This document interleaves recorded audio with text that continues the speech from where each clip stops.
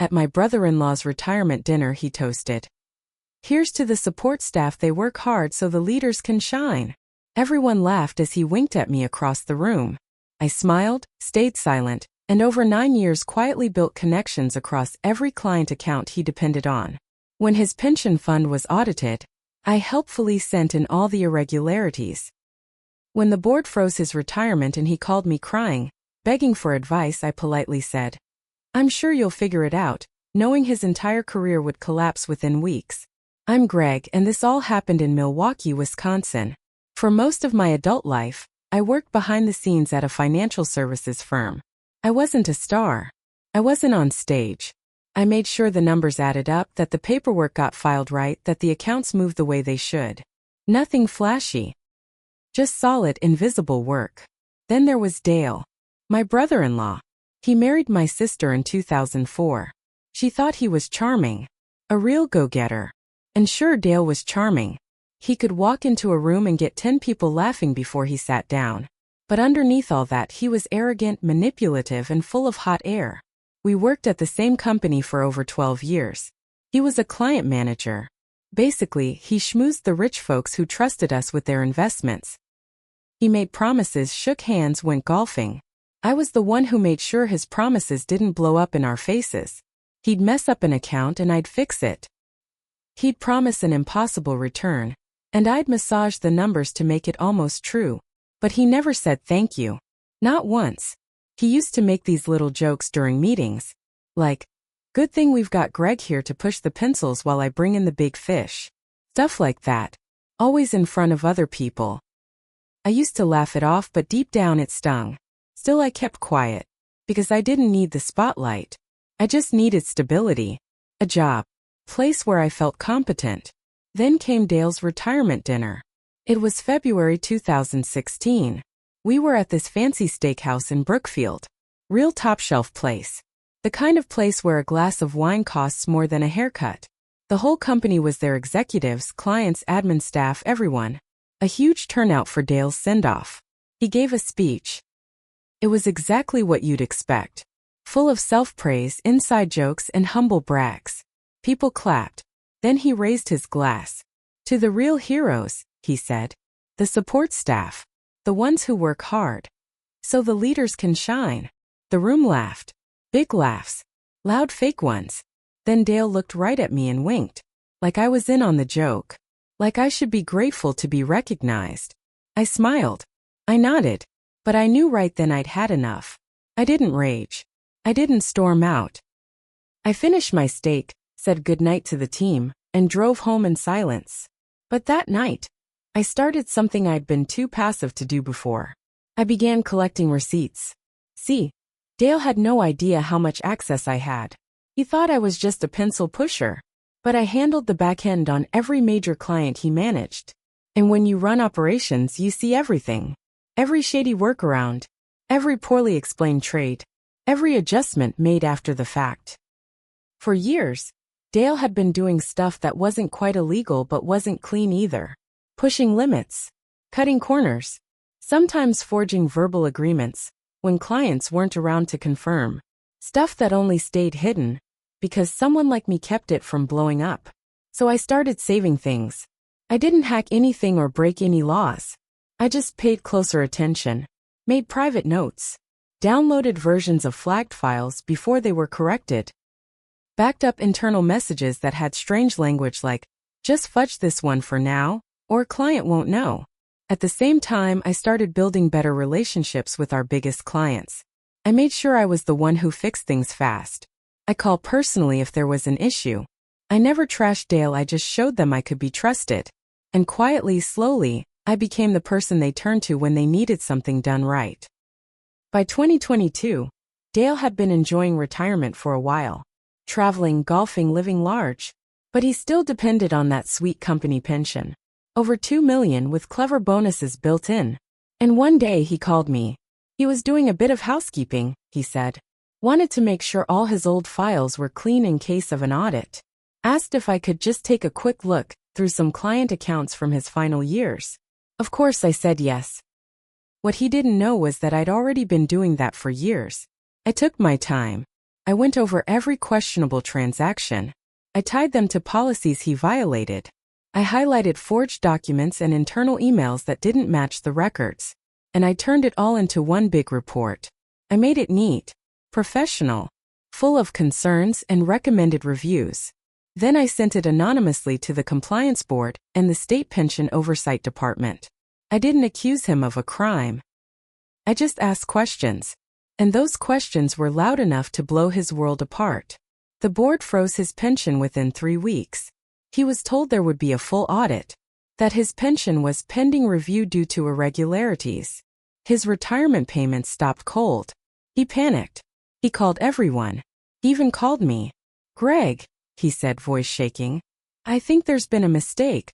They're saying there were inconsistencies. They're freezing my money. You know how this stuff works, can you help me out? Please." I kept my voice calm. "I'm sure you'll figure it out." And I hung up. That was the last time we spoke. A few clients got wind of it. 2 filed complaints, and 1 even got a lawyer involved. By fall, Dale was finished. The board revoked his pension citing pattern of misconduct. His name disappeared from all company history. His LinkedIn page went dark. He sold his house, his boat, moved into a small condo an hour away. My sister? She doesn't say much these days. At family holidays, she sits at the far end of the table. She won't look at me. But she knows. They all do. I was the support staff he mocked. I made him shine for years. And then when the time was right, I took the light away. I thought it was finished. I thought Dale would crawl away, nurse his wounds and disappear quietly. But he didn't. 3 months after his pension was revoked, I got an email from a private Gmail account. No name. No signature. Just this. "You think you're so clever. But you forgot one thing, I know who you really are." I sat there staring at it. I knew it was him. The way it was worded. The way he always tried to flip the power dynamic. Like he still had something on me. Like I should be scared. But I wasn't. Not yet. Then things got weird. One of our clients, a retired couple I'd worked closely with, suddenly called the office in a panic. Someone had told them there was a data breach involving their accounts. Said they might have lost thousands. It wasn't true. But whoever called them knew the account names. Knew the internal ID codes. Knew just enough to sound believable. That's when I realized Dale had copies. During his last year at the firm, he'd exported some files onto an external drive. It was a minor policy violation at the time, but we all overlooked it. The guy was retiring. No one cared. Now I saw what he was doing. He was trying to hurt me, to make it look like I was the risk. I went straight to IT and flagged the client call. I asked them to pull access logs on the accounts in question. We found something odd. Someone had logged into the company VPN, using a stolen login code. It wasn't mine, but it was tied to a terminal I had once used years ago. Dale was trying to frame me. It wasn't enough that he lost everything. Now he wanted me to lose too. He wanted to drag me down with him. I had 2 choices. Pretend it wasn't happening or go to war. I chose war. I contacted our firm's security chief and handed everything over: the email, the fake client breach, the login logs. I gave them the whole picture. First, they didn't want to get involved. Internal squabble, they called it. But then the audit team discovered something serious. Dale had tried to move funds from an inactive client portfolio 2 months earlier after his pension was frozen. He'd used old credentials, guessing password resets. If he'd pulled it off, it would have looked like an inside job. And they would have blamed me. That was enough. The board filed a formal complaint with the state. Dale was now being investigated for attempted wire fraud. But it wasn't over yet. One night in November, my sister showed up at my house. She stood outside my door for a long time before she knocked. When I opened it, she looked like she hadn't slept in days. "You need to stop," she said, voice shaking. "He's ruined. You've made your point. Just stop." Is er daher? "You think I started this?" She didn't answer. She just whispered, "He's not well." I let her talk. She told me Dale had been drinking. A lot. That he was paranoid. Convinced someone was following him. Checking the mail obsessively. Going through their neighbors' trash to see if anyone was watching them. He had lost his grip. I told her everything. The fake breach. the VPN login, the attempted fraud. She cried, quietly, wiped her eyes with the sleeve of her coat. I just want this to end, she whispered. I told her the truth. I didn't start this, but I would end it. Just when things seemed to settle, another storm hit. It started with a thick envelope delivered to my office. I opened it and found legal papers. He'd hired a lawyer and filed a civil suit claiming I had defamed him, intentionally sabotaged his retirement, and interfered with financial expectations. It was a desperate move, but it was real. And dangerous. The suit named me personally, not the company. If it went forward, I'd be dragged into court. My name, my emails, my work history, everything would be up for scrutiny. And Dale knew it. This was his last play. Not to win, but to make my life hell. The board wasn't happy. They didn't want the firm's internal matters going public. So they offered Dale a settlement to drop the case quietly. He refused. Said it was a matter of principle. His lawyer pushed for discovery. Started requesting documents from the firm, emails, reports, call logs. I had nothing to hide, but I knew what Dale was trying to do. He was fishing for anything he could twist. Then came the twist I didn't expect. One of the IT guys pulled me aside after work one evening. Said he'd found something odd while preparing for the court-ordered data handover. There's a deleted folder tied to Dale's old employee account, he told me. It's locked, encrypted. Looks like it was buried deep in the server. Someone tried to scrub it, but didn't do a full wipe. I gave him the green light to dig deeper. A week later, he called me into a conference room and showed me what they'd found. Inside that folder were dozens of private emails, not from clients, but from other employees. Turns out Dale hadn't just been cutting corners with clients. He had a pattern of offering under-the-table consulting deals to junior staff, promising them raises, bonuses, and even stock options if they helped close certain deals, or signed off on sketchy adjustments. It was bad. Worse. Some of those emails had timestamps from the same months he was prepping for retirement, when he was supposed to be cleaning up his records. I printed everything, quietly handed them to the board's legal team. They shut down the civil case the next day and filed a new motion. Full criminal investigation. When Dale got the notice from the DA's office, I heard from my sister again. Only this time it wasn't a plea. It was a warning. He says he's going to ruin you, she said, her voice flat and tired. He says he's got something on you too. I laughed. Not because I thought it was funny, but because I'd been waiting for it. What, more fake emails? I asked. No, she said. He says you stole something. I froze. It took me a minute to realize what she meant. Years ago, in 2015, I'd found a mistake in one of Dale's investment reports, a $50,000 discrepancy. I fixed it, logged it in the system, made it right, but Dale never reported it. He just let it vanish quietly. Now he was claiming I'd pocketed it. He was trying to flip the story again, accuse me of his crime. The DA's office opened an investigation into both of us. I hired a lawyer, forked over every log, backup, and report I'd saved over the years. I let them comb through my records, interview coworkers, dig into bank accounts. It was brutal, but I had nothing to hide. Dale, on the other hand, had plenty. It didn't take long for investigators to find the truth that Dale had covered up the $50,000 mistake by bouncing funds between two shell accounts. Accounts that had his name on the registration. Once they had that, everything fell into place. Fraud, misconduct, civil liability, breach of fiduciary duty, and the kicker: tampering with internal systems after retirement. They called it deliberate post-employment sabotage. The board moved to sue him directly. His lawyer quit. Just when I thought the walls had finally closed in on Dale, he played one more card, one that almost worked.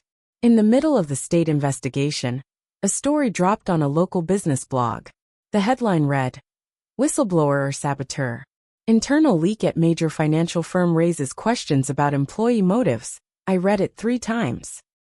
It named no one directly, but the piece talked about an unnamed employee who had waited years to reveal alleged misconduct, implying I'd only come forward for revenge.